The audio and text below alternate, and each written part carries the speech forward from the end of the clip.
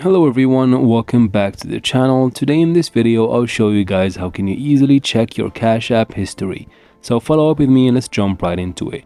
Now first you go ahead and open the Cash App application, and then from here first you can tap on this activity icon right here.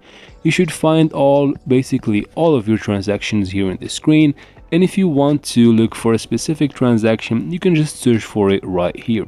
Now if you're looking for more history you can tap on this icon right there, and then in this screen you need to go ahead and scroll down. Once you find this setting or option that says documents, go ahead and tap on it, and then from these options choose account statements.